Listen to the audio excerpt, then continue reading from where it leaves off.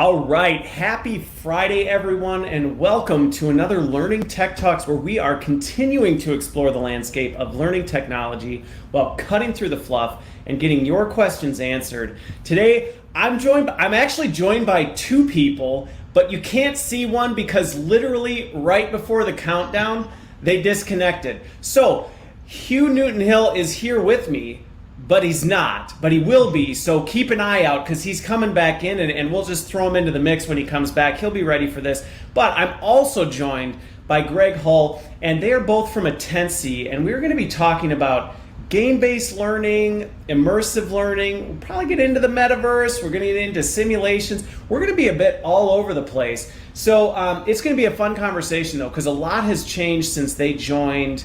See, they were on a year ago, so bringing back a lot to update on that. But with that, let's get into some of the fun and some of the stuff we've got planned ahead. So let's get into just some of the questions, which first off, and again, when Hugh comes, you'll see him back in the feed. So Greg, it's just you and I for now. We're just going to duo this thing until Hugh joins. He's actually, well, I won't spoil this because he'll tell us when he comes back. But where are you today in the world? Today in the world, I am in London. Okay. So London, UK. It's as cold and grey as you would expect it to be right now.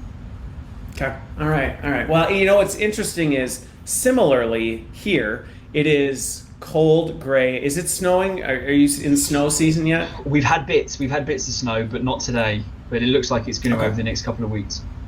Okay. All right. Yeah, it's we had like a dusting last night, so it's a bit chilly here, but it looks like it's gonna all melt anyway. So similar situation for me as it is for you.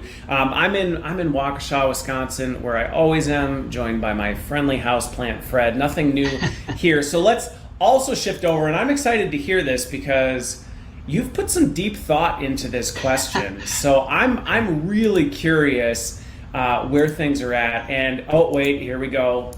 Hugh is back in the stream. Wait, you have to answer the question now because it's going to explain why you disappeared and then came back in. So Hugh, where are you in the world today, and why does your internet keep acting goofy? Well, I'm in South Africa, and I'm in a very beautiful part of South Africa. But I am somewhat forced to stay here by the latest strain of the virus. So I have big respect for the scientists in South Africa that have managed to discover this new strain, but it is impacting my my digital connections at the moment, unfortunately. So you are trapped there and bound by the internet connectivity that you have available. So, hey, you know what? The timing was perfect, though. Nothing like someone disconnecting right before the show goes live, but at least we had Greg. And it looks like you might have froze again, which is totally fine. So we'll see what happens. We'll see what happens with Hugh here. But let's shift gears to the icebreaker. He's back. He's back. He's fine. All right. So let's do this. Greg, I'm curious to hear where you landed on if you could be any video game character.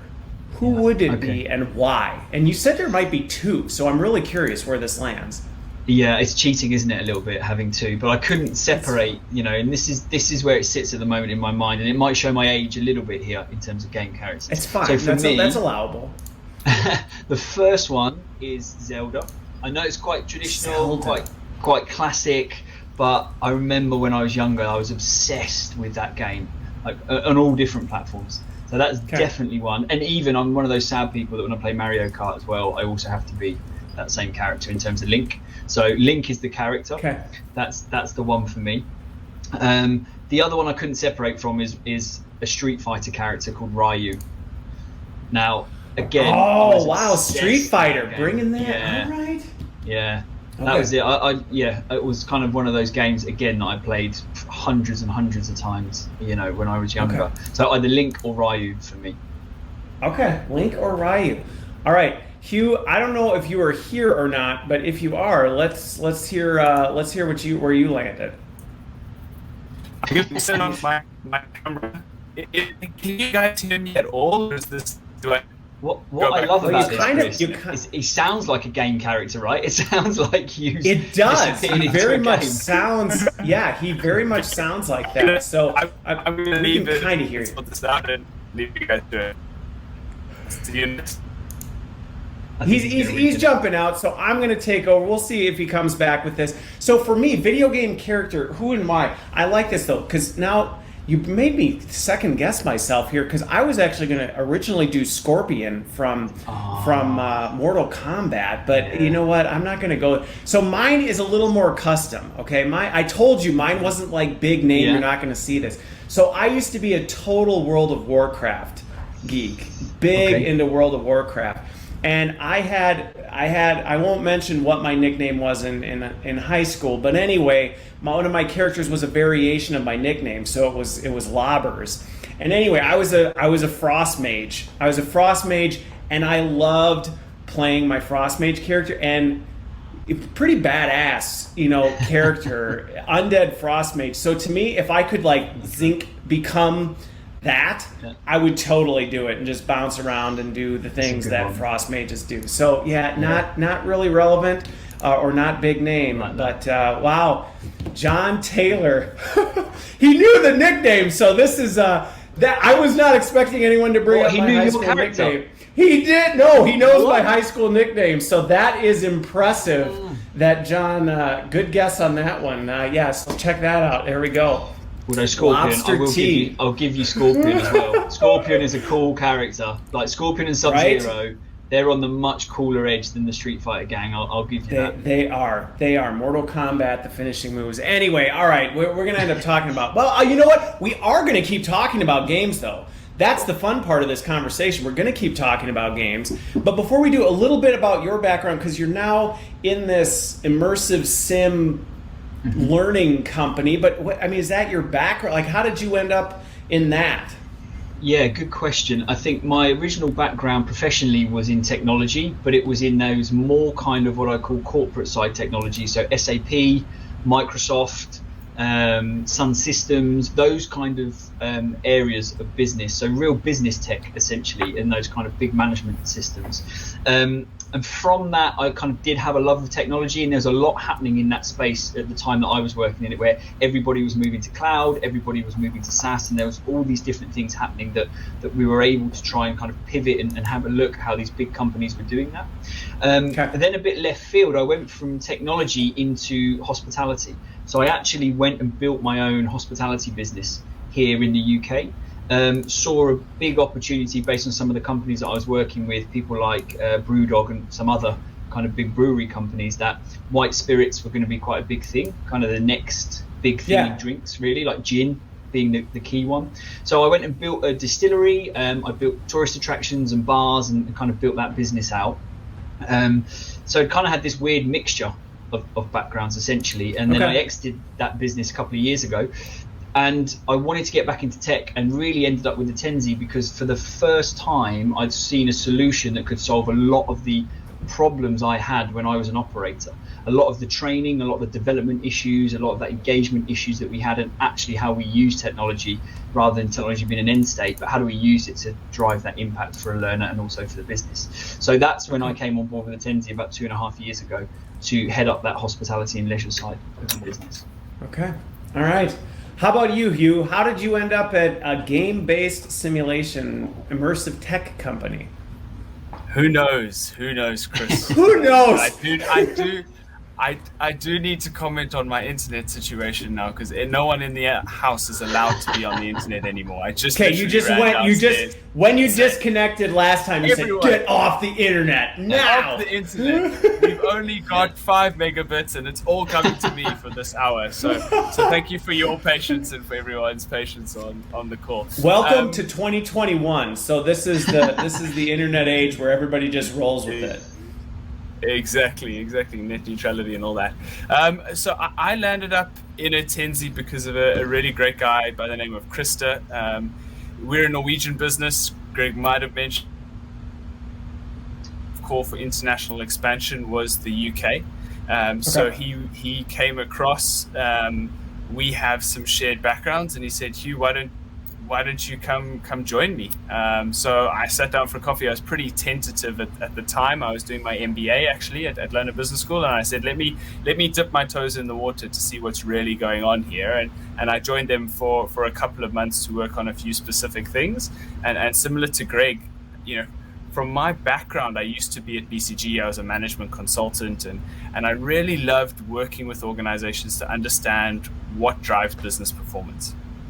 Okay. And the work that I was doing a lot of the time was, how can the people within an organization make an impact on that business performance? And I loved doing the design around that, the strategy. But what I often found was missing is you get to the end of a project or the end of assignment, and you have a great PowerPoint deck or a great steerco at the end or a great board meeting. But then to get that behavior change and those capabilities actually into the organization was a big challenge for us. And Attensi's technology matched my skill set in having those conversations with business leaders to enable change, with a fantastic flexible technology platform that allows us to do that at scale. Okay. So that's how we ended up, We'll dig into this, because I think that point you brought up is a really important one when it comes to simulation, when it comes to anything like this, as we start talking about where immersive tech is going, is this fact of going from concept to behavior change. You know, from somebody going like, that's a really good idea, I really should do that more, and actually doing that more.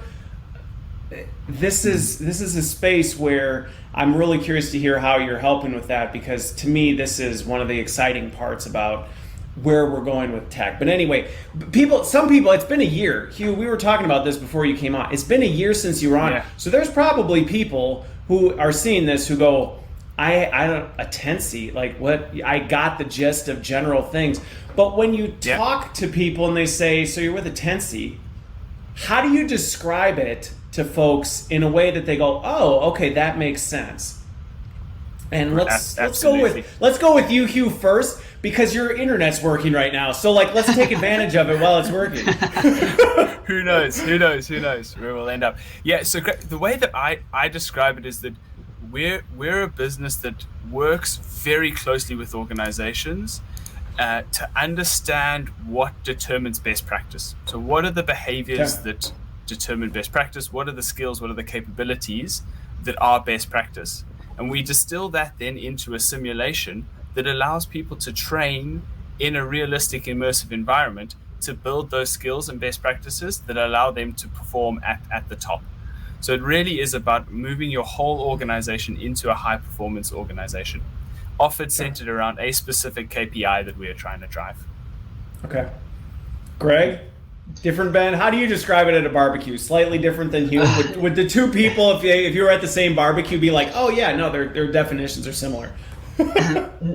Yeah, I mean, very much so. I think it is that point, you know, there's lots of overlaps, right? It's about that impact. You know, we are a learning impact company, right? That is what we do. The tools that we use to deliver that is the simulation based training that we do, in that scenario based. So we're trying to allow people to be in a safe space to train and fail and learn by doing. I think if we just take those principles a little bit further, that's what we're trying to empower. We're trying to empower the individual to be the master of that journey themselves, so they can go in, they can learn, they can fail, they can repeat, and we're trying to drive that essence within people of active learning. So, you know, we've all kind of grown up, right, with the same thing of we go and read something or we do a test, and that's just how society watch a video, engages in terms of knowledge. That's how, right? I know, that's how we've done it for so long. But psychologically, what's really interesting about that is that it doesn't have the same level of impact as the type of training that we do with Attensi. So we are an empowerment, you know, learning impact business at heart. So exactly as you said. Okay. So Hugh, I want to dig into what you brought up first, because I told you we were going to go all over the place, but I said your responses were going to dictate the path. Because one of the things you talked about with this simulation, and I think this is key, which we need to dig into here, is this identifying, I don't remember exactly how you said it, the behaviors that actually drive performance, right? That whole piece. Yeah. Because sometimes the reaction I see from folks when they hear simulation or is almost kind of like, I've done one of those before. And I'm in that camp. I've done simulations before. They go, this was a complete and utter waste of time because this didn't really connect to much of anything. And to me, when I've seen that, it's been, well, we designed a simulation based on, like, we just wanted to design a simulation. That was the goal, and we did it. and now we're wondering why it's not working. So let's talk a little bit about this, because not all simulations are created equal. And I think that's an important point to lay out, because if we don't, you're going to have this perception that, well, yeah, I've done that before, it hasn't really worked. And we're talking about how, no, that actually does have a dynamic impact, but if you get this wrong, it won't. Absolutely. And this is so spot on, and it's a big piece of our... Has he dropped?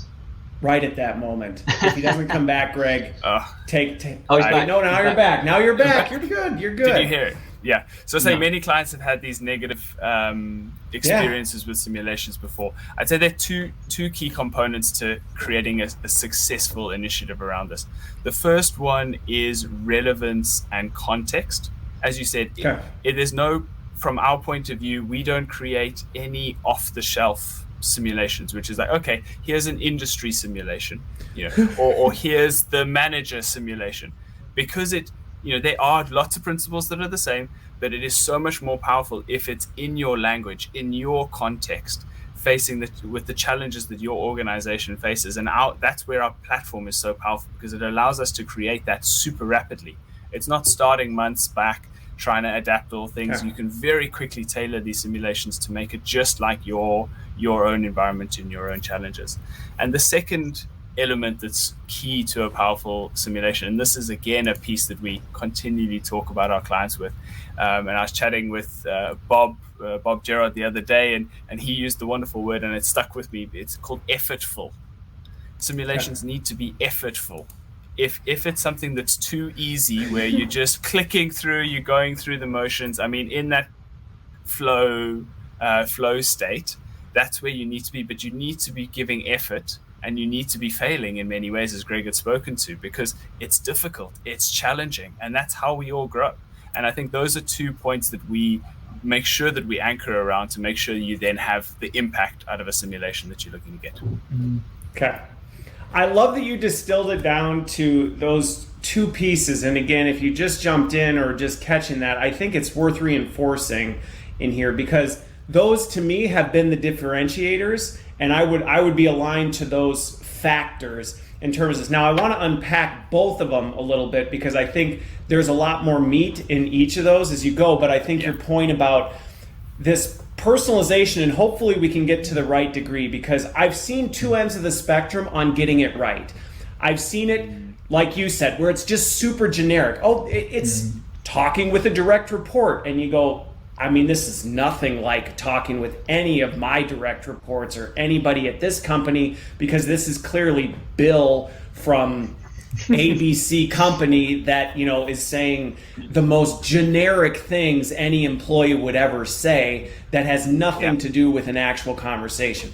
I've seen the other end of the spectrum, though, where it's like, well, that's not the kind of notepads that we keep on our desk. And we also need to make sure that, the sun doesn't come through the windows that way. And you go, okay, that is getting way too far on the specificity. So before we get into the kind of challenge of difficulty, Greg, I'll ping this one at you. How do you help organizations, or where do you find that right line? And I think there's some nuance in between, and I think there's value in kind of exploring that. But where do you see that spectrum sitting? Because I've seen it go polar opposites, and I would say on either end, it does not stick. It just doesn't. Yeah, it's true, and we've seen the same, of course, outside of Attensi in terms of coming up against this. I think just to build a little bit as well on what Hugh was saying, it's really, whatever it is you're doing as training, it's about being a scalpel, not being a brick. And I think that's the real key thing, right? Being that bespoke type thing. Because what we see so often is, that generic type. I wonder how many guests we have Googling scalpel. I was just going to say, that's like the hashtag of the episode. Be a scalpel, not a brick. There you go. I like that. But it's so true. We see it so often. If you can be that precision type training, and the reason I say that is because, to your point, Chris, it has to start with the output of what that training is. That's where you need to start everything. What are you trying to achieve with either that simulation or that particular module or whatever it is that you're doing? Because that will most often dictate what that's going to look and feel like, and where on that scale that you should sit, essentially. Okay. So if we start at that point, which is where we always start with our customers and our partners that we work with, I think you tend to find it's very easy then to decide what's in, what's out, and where we should be focusing. Should we be focusing on that pad? Or there are other elements, as Hugh was saying, to making this more difficult and more challenging. And actually that's going to drive that learning impact and business impact, hopefully, ultimately. Okay. So I think that's a good Well, and I told you I'm going to jump in on this because you're be a scalpel, not a brick. Boss brought this up, and kind of his point is this effortful. I almost think of it as kind of intentionality.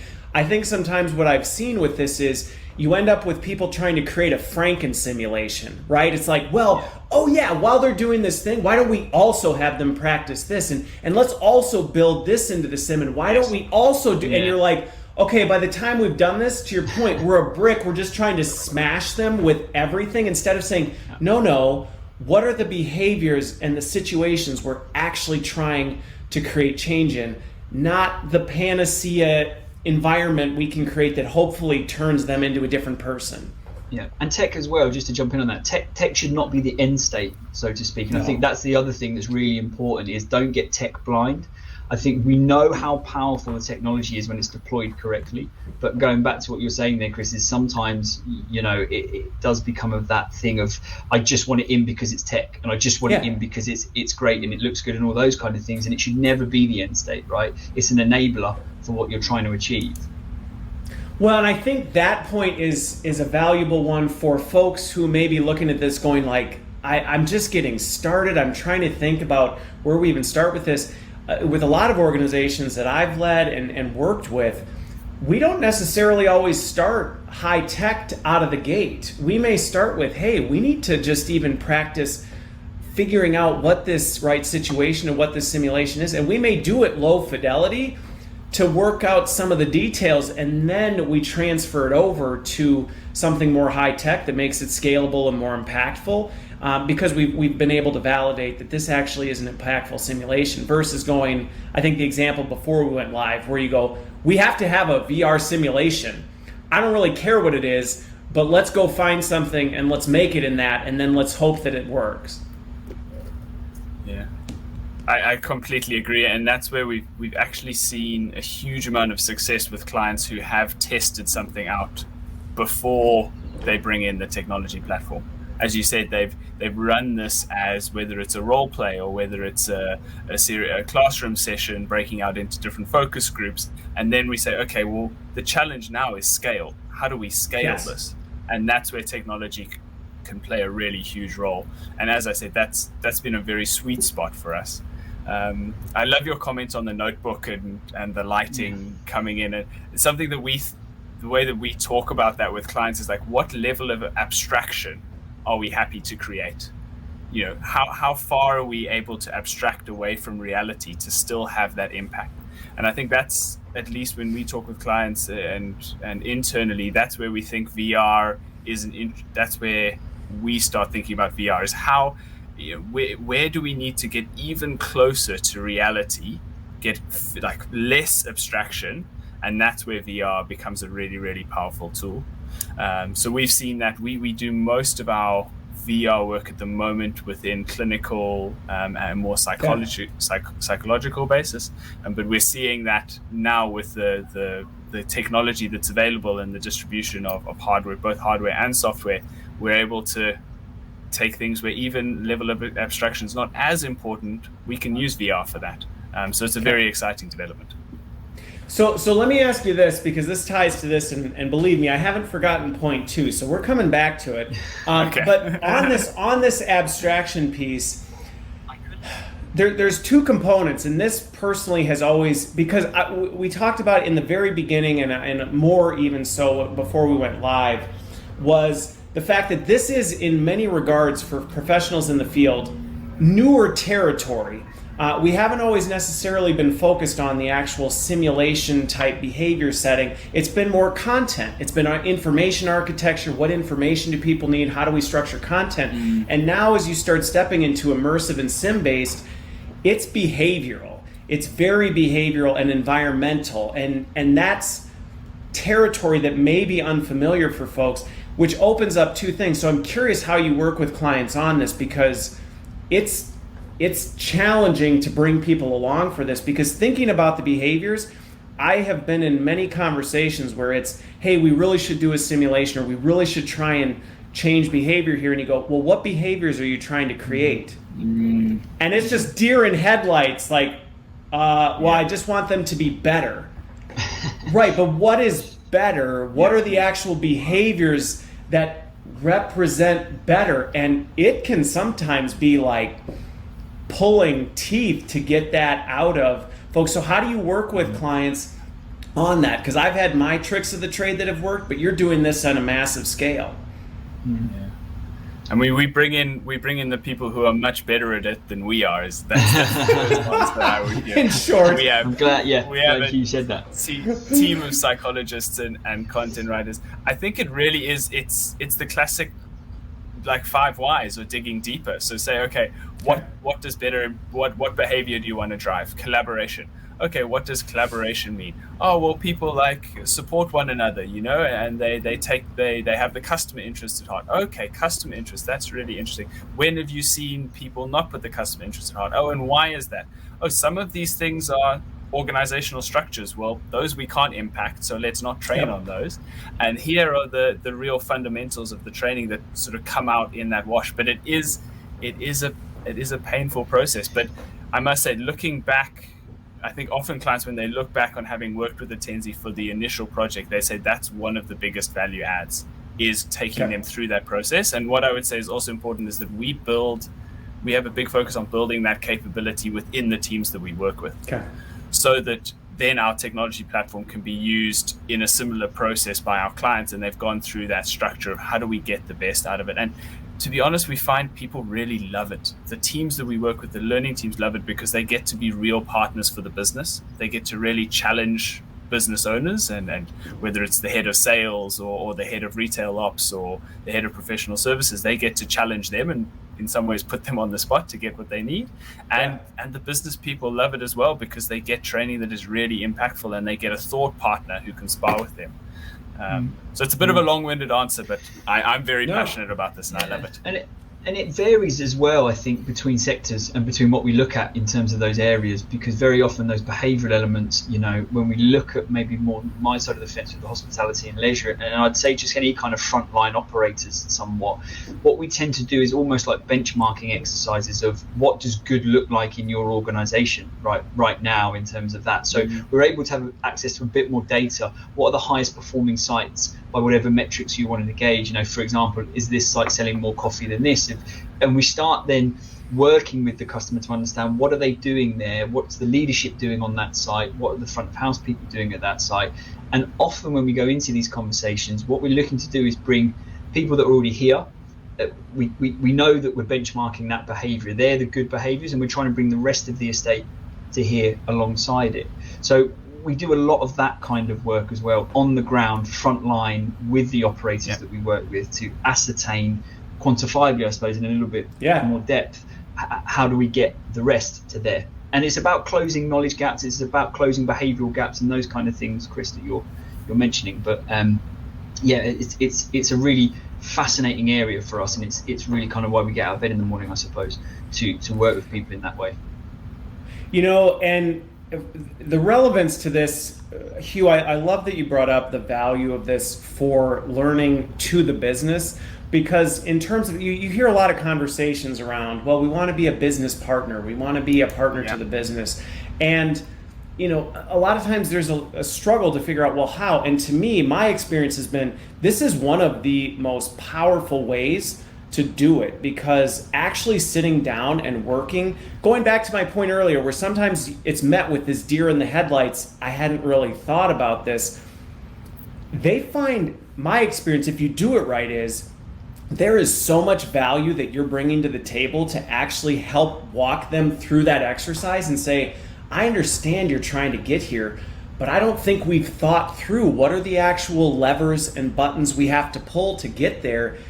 And actually getting them through that to the other side, I don't think I've ever walked out of a conversation or a situation where we've done that, where they've gone, well, that was a waste of time. Like I wanted them to just go make us an e-learning, and here they are trying to help us understand what actually makes the business improve performance. It doesn't happen. And your point about that being something that you can actually create into your behaviors as part of an L&D team to say, this should just be our mode of operation. This should just be how we approach, hey, we have this problem.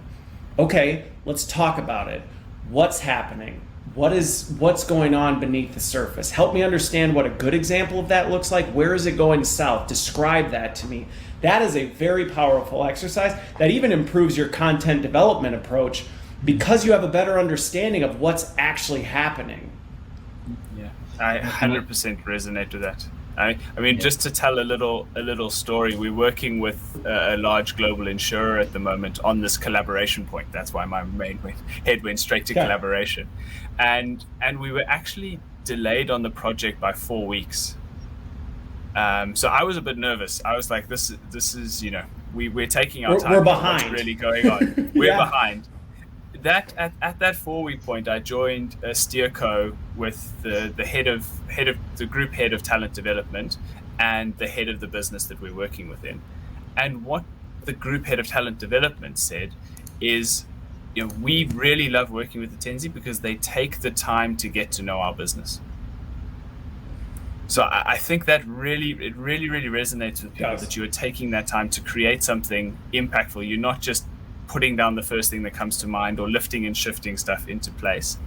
So that stuck with me, that's what's important. I mean, obviously we do deliver on time.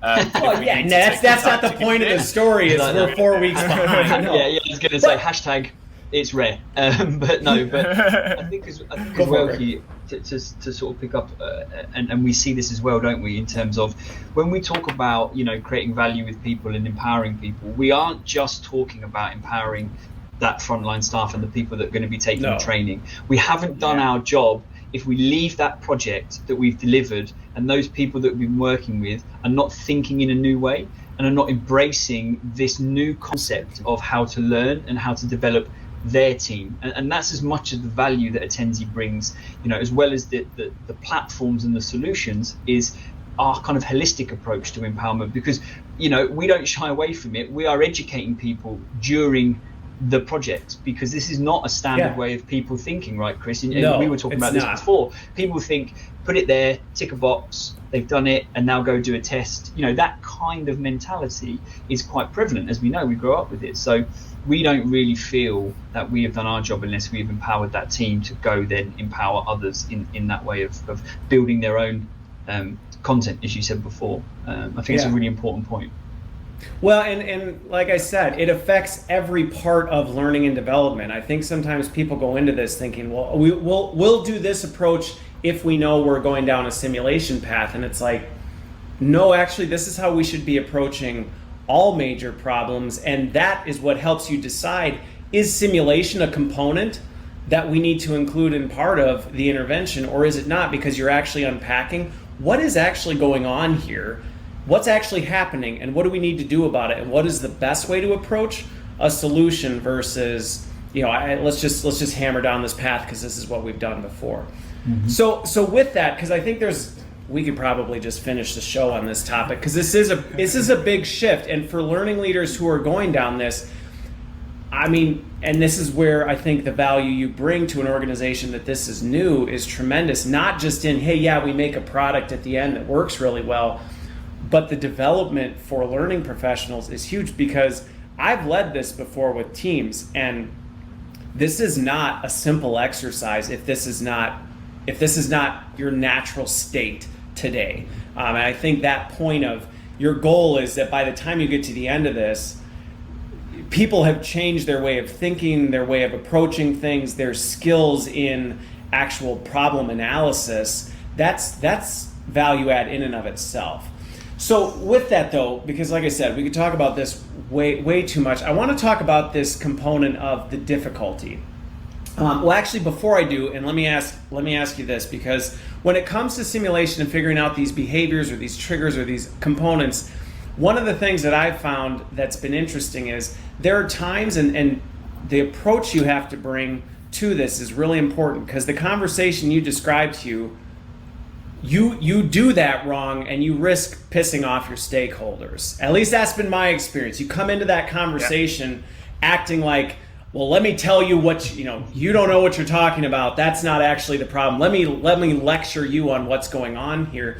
My experience has been that conversation can either be one that really adds value to the business or one that really pisses them off, depending on how you do it. And one of the things that I've found has been curiosity, bringing into that conversation of genuinely trying to say, I'm not here to tell you, I'm trying to discover what this is an X factor. But I'm curious, one, is that something you've experienced? And two, are there any other components that you would share, either of you, that when you go into that conversation, people should be bringing so that it doesn't isolate or go south? I would love to have something else, but I just underline curiosity. Like that really is, it is so key whenever we hire anyone. That is one of the really, really key things, because curiosity, it is asking good questions, and that's super important. But a curious person also will come up with hypotheses. Sorry. No, you're back. You're the hypothesis. They'll come up with hypotheses. You did. It was like, what is he about to say? No, so they come up with hypotheses. Exactly, and then you're testing those with your business stakeholder in a curious way, and that just shows, okay, you're partnering with me. It is that curiosity. Yeah. Anyway, I underline that. 3 times. Greg. Yeah. No, but it is such an important point, and I think it's about leading people through discovery. Really, that's what we're trying to do. We know that that's a much more powerful way to prepare people for this is to allow them to discover it with us and discover, the power of what it is, and discover that they've got these issues and kind of uncover it. And it does come back to what we're saying about curiosity, but it's also the difference, of course, between dictation as well. I think if you go in there and I'm the expert, it's like, yes, we are the experts in what we do, but you're the expert in your business. And listen, what we're trying to do here is, it comes back to that problem solve. We're here and you're speaking with us because you must have probably an issue somewhere, or something that you're doing in that environment is not working. Now, all we're trying to uncover is there a way here that we can help you solve that problem? And of course, this is all quite basic stuff, but it's the same whatever that technology, even when we're talking about simulations and the complexity of what we do. It's the discovery. It's also an excitement, I think, as well. Yeah. We have to spark an excitement in people. We're very lucky in this realm that we deal in, because visually it can excite people, but then it's really exciting them for change. That's the hardest thing that we ever have to do. Exciting people about looking at something, it's pretty easy, but exciting them to make the change is comes to those points that we just talked about. I like that point, because again, the whole simulation thing, you can do a bit of a razzle dazzle, like, wow, that's really cool. But that other part of, hey, we're getting you excited about the change, it's more work, but I think when done right, it goes well. And I think the point that you've made is, I just can't reinforce it enough, because that conversation is so important. And the thing with curiosity, one of the things that I've seen where it breaks down, or there's just hesitancy for people to go into that, is curiosity also brings a level of humility to that conversation where, Greg, you said it. I'm not here to tell you what your business is. I am not the business expert. I don't know more than you. I'm not smarter than you. I'm not a threat to you as a leader. I'm truly here to try and understand, because you know this. My goal is to try and pull this out. And I think sometimes where people can feel that that's somehow less than, which is something I'm like, it's not, is that doesn't mean you don't bring expertise. It doesn't mean you're somehow less than. It's, no, your experience and expertise is different and of extreme value, and it actually helps identify who's responsible for what in this conversation. You're the business lead, you're the expert. I'm not here to question or undermine that, but I bring a degree of expertise in helping unpack and understand what's really going on there. And I think that just creates an environment that is much more productive. And I think you've touched on something really important there, Chris, as well, is that we're not going in to say what you're doing is wrong. What we do at Attensi is cutting edge, right? It's brand new and it's really powerful. You're not expected to know that, right? It's like when you had training manuals. If you didn't know the internet existed, or you didn't have a computer, it's not your job to know what that next step is, right? So we're not coming in to challenge you that what you're doing is wrong. We're giving you a choice. And it's the same way when, e-learning or anything digital came along and you have manuals. It's just a choice. And now you've got another choice. And this is the choice that we now have. And it's our job to show you why that choice is so impactful for what you do in your role. We're not coming here to say what you're doing is wrong. Right. And I think that's an important point in his comment, right? The goal is to show them the art of what's possible and say, hey, you haven't done this. My goal is to help ask the right questions and unpack this and hopefully give you visibility into something you may not have had before. And that, what's interesting is I was going to ask this question before, but then it actually ties more into what we're talking about here, because the other component is this element of experimentation that's important, because my experience has been you don't always get it perfect in round one, and that's okay because we're trying some of these things. I think of one simulation exercise that I worked through where we thought there were 5 behaviors that we needed to work on.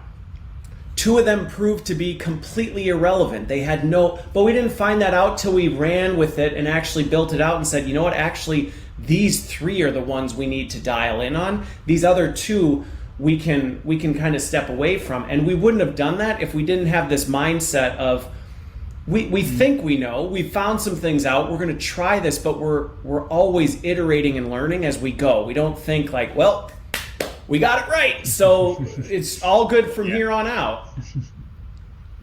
Yeah, and I mean, iteration is so a key, and I think that's where one of the major leaps in the technology has been, because the platform can now allow you to render that simulation and test it, and then make some tweaks, and then render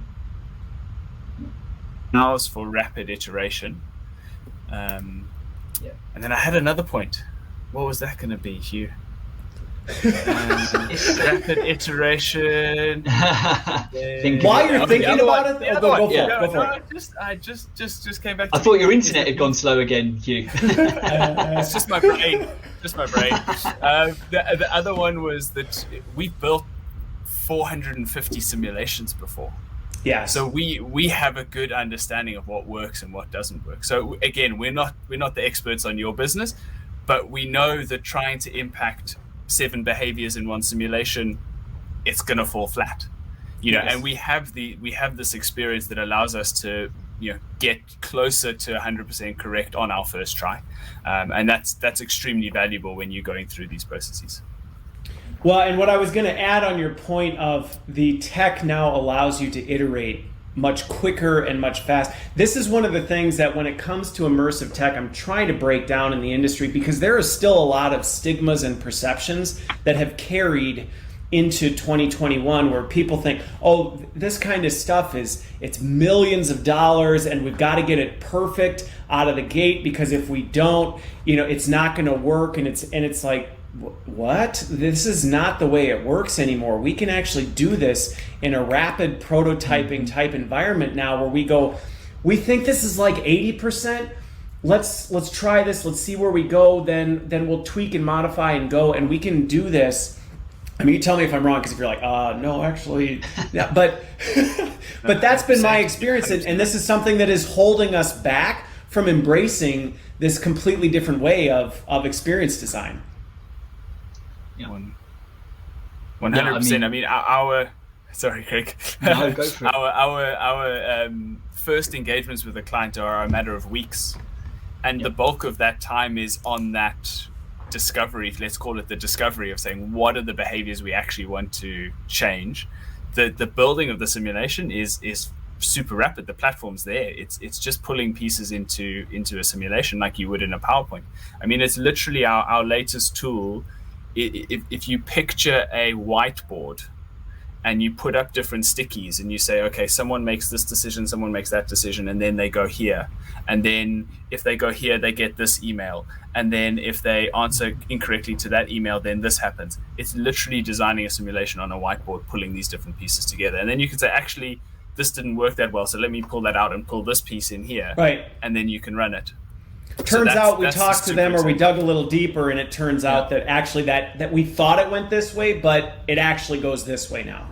Totally, and that agility is where the adoption is now coming from, and where that rapid adoption yeah. is going to be, and that's where we spend our time and money and effort, I suppose, in making that platform being able to move fast. Okay. Well, and again, I think, as we think about this, just for folks who listen or watch this later, it's a different way of thinking about things, because Hugh, your point of, okay, so this happens and then this email hits, and again, it's just an example, but this actually requires you to understand. We talk a lot about flow of work in the industry. A lot of times we don't take the time to actually understand the flow of work and say, well, what is going on? Do we actually know what happened? We make these assumptions from the Crystal Palace of, oh, well, I'm sure on the shop floor, this is what's happening. It's like, did we ask somebody who does this every day? Did we say, is this ever something that happens? I remember designing a sim for a commercial team, and part of the way through I said, did any of us actually talk to any commercial people who do this every day to ask, what happens when this goes on? Oh, well, I think that's probably an integral part.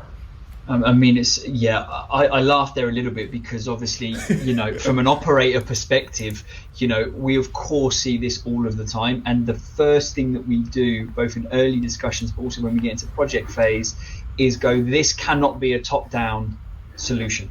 It cannot go from top down into the organization, because you will fail and it will not hit and you will not get into the flow of work properly. And we always ensure that we have various different levels of the organization as part of that core project team. So someone that is on the front line every single day doing this, because as we all know, and we've been there ourselves, it's the nuances. It's that thing of what the reality is of flow of work, right? And then there's a balance, because it isn't just about what they're doing, it's also about what do they want them to do. And there is often a discrepancy between that we see. That's why you're doing the simulation. But because that's it's kind like, of why we're doing you're it, right? doing it this way, but that's not how we want you to be doing it. And we play the mediator in that, right? It's our intelligence and it's our team that come to the board and try and bridge those gaps and find the best way to do it. But you will not, I don't believe, find a successful solution that's done from top down. I think you have to have inclusion from where it's ending up. Well, and I like the way you framed that, because I think the nuance that you described is actually a really important piece, because the top down is the one end of the spectrum where you have, assumptions made by someone, in some position over here that, and we've all been in that simulation where you go into it and you go, this was designed by someone who has clearly never, ever, ever done this exercise or this activity before. They have no idea what I do. On the flip side, and I think this is the point you made, it's not about saying, oh, so we just have to copy or mix what they're doing today, because the point of doing this is we're trying to get them to do behaviors differently than they did before. Yeah. And I think it's that right mix of, okay, we need input on where do we want them to be that they're not today, but it has to feel like what's actually happening in an environment, or what good would look like in the actual environment, not, well, that's what good looks like in a planet that is not in this solar sphere. Completely. Yeah. And then you also have this concept of ownership, right, as well, which is really important for these things to land at scale in the way that we do. You need some form of that ownership down in the estate. From my side of the sort of sector, hospitality and leisure, and again, those frontline type operators in retail, you have to have some kind of ownership around that. And I think, we work really well. The ones that we see have the most impact are the ones that are created in that fashion. Okay, so you talking about hospitality and retail, gosh, I knew we were going to run out of time, because I've got about 6 other things I want to dig into. But with this one, this goes back to another stigma I think we need to break with this whole idea of immersive or simulation-based learning type things, that I think a lot of people, I saw a recent study that went out where a lot of people seem to accept that there's value or purpose for it in high-risk situations, safety-type environments, where people can picture, okay, if we're asking people to practice going into a nuclear reactor that's about to explode, I can understand doing a simulation because we can't really replicate that. Connecting the dots to things more pragmatic and practical, like hospitality and retail, where you go, this isn't only for nuclear engineers who are trying to disarm a bomb before it goes off. This is also for folks on the front lines of retail, grocery stores, things like that, like there is also tremendous benefit in these just practical applications. Yeah, and I think often if we hear something like that, our challenge somewhat is, are you thinking about the learner and the person in that environment, or are you just thinking about it from your perspective, so to speak? Because when people are in those environments, and I've been in those environments, if the case is we're trying to create something here to give them that safe space to get things wrong and repeat and and have that absolutely doesn't have to just be in high risk situations. Yes. It's the difference between high performance, I think, and then those high risks, and we have to look at the differentiators between that, because when you're dealing with a national operator, and we deal with a number of them, and you've got tens of thousands of staff, the learning styles, the way people learn, all of these different things that come together across that estate, the one thing that is very common is that if they can go and fail and repeat and fail and repeat, then they're going to get better, and they're going to be better, and they're going to feel more confident, and you've solved those problems that very often in that sort of frontline operator that you have. That's where simulations can sit. They aren't just for these super high risk scenarios at all. No. And we're seeing, thankfully now, more and more people understand that, I think, a bit more than they did. But there is still a stigma attached to it. And I think a lot of that's to do with price points. Well, and I think some of it goes back to even this term of creating a safe space for people to fail. I think there's greater awareness over the last 2 months on this, but I think before, even that type of terminology made people's minds go to, safe space, because if it's not safe, they're going to get impaled on something. Yeah. And it's like, no. There seems to be a greater awareness of EQ and just people in general, where it's like, people need a safe space to practice checking out a difficult customer, because do you really want them practicing on a person? Is that really where you want them to practice that? The safe space does not just mean highly dangerous, highly volatile, not literally safe space where it's dangerous. No. Yeah, psychological safety. Right. Yeah.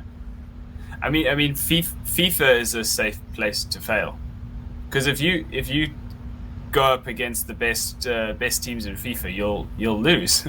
If you go up against you're not going to win it on the first time. Assassin's Creed is a safe place to fail, because you won't get that right the first time you play the game.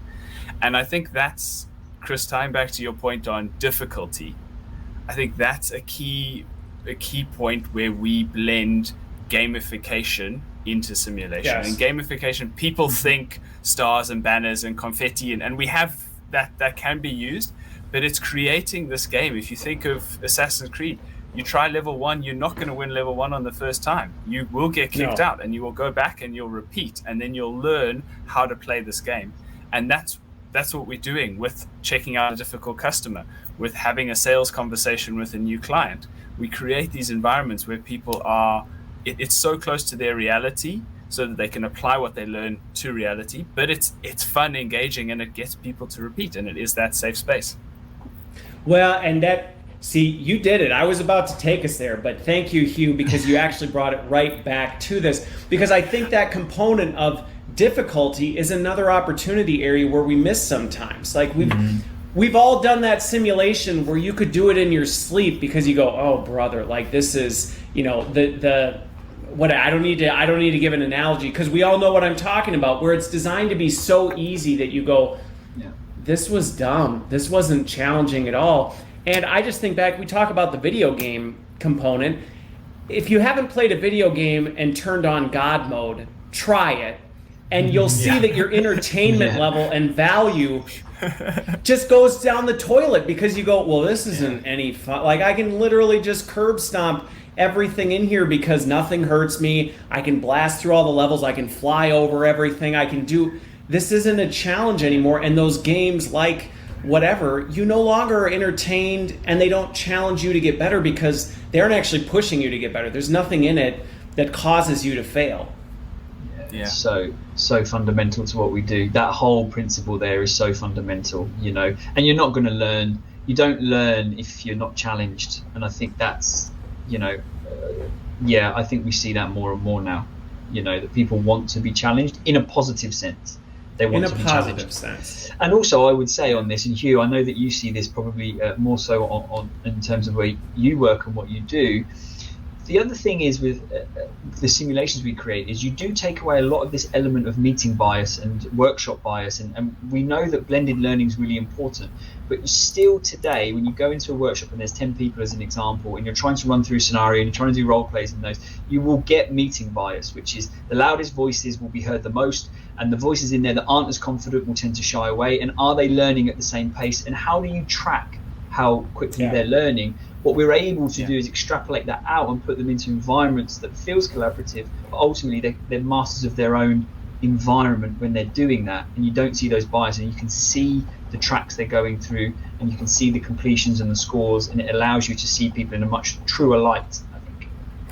Well, and this point goes back to the simulation and why, there have been times I've been said, well, can't we just do a role play? Doesn't a role play just work for this? And it's like, well, I mean, a well-designed role play is a good starting ground. We talked about it earlier in the show. Can it be a really powerful starting ground to start saying, like, how am I thinking about simulation and the behaviors that matter? And can we create an environment where people can practice this?